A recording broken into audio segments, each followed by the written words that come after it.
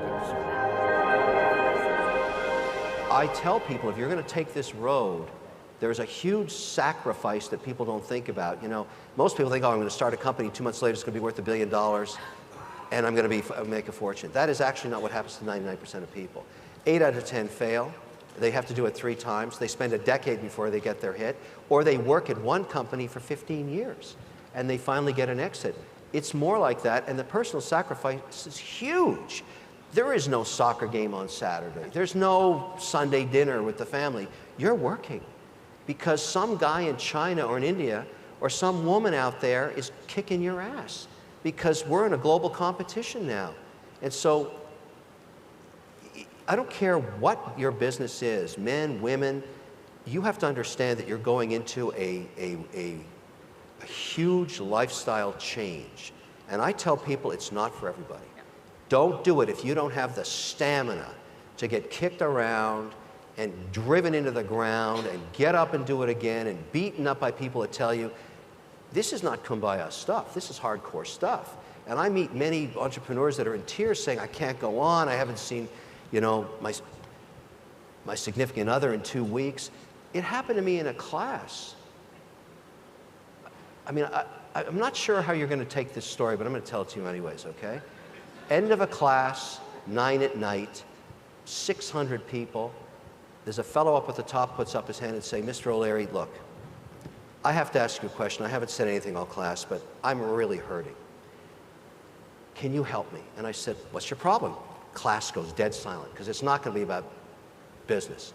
And he said, today, my fiancée came to me and said that I have to make a decision between our relationship and the business. And I said, oh, I'm not Dr. Phil here, but let's hear it.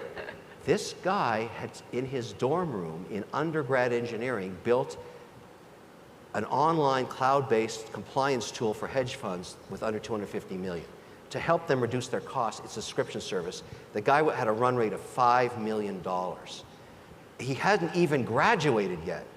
I'm licking my chops at this business. This is fantastic. And then he said, but I have no time. And I never see my fiancée, and she wants me to come be with the family on Sundays, just once. But I'm doing my compliance downloads on Sundays, and I have to deal with my customers because I got to be back in class at 8 o'clock in the morning on Monday.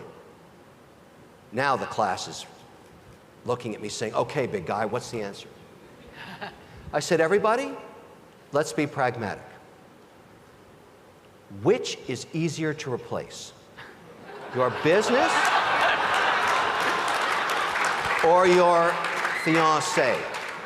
And the shit hit the fan with that. But let me ask you something. Clearly that match was not right, because if you're going to get into a relationship with an entrepreneur, man or woman, it doesn't matter. You have to understand what drives them. It's not going to be a successful union. It's not going to work. I think he made the right decision.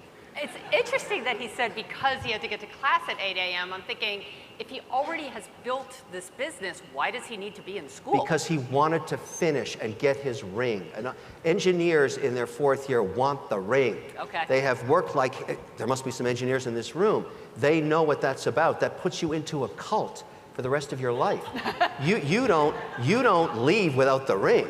Like, that's not going to happen, not in your 4th year. And I get it now because I work with a lot of engineers, but I remember that and it stuck in my mind, and I think we really debated that about relationships and how important it is for your partner to understand the journey you're in.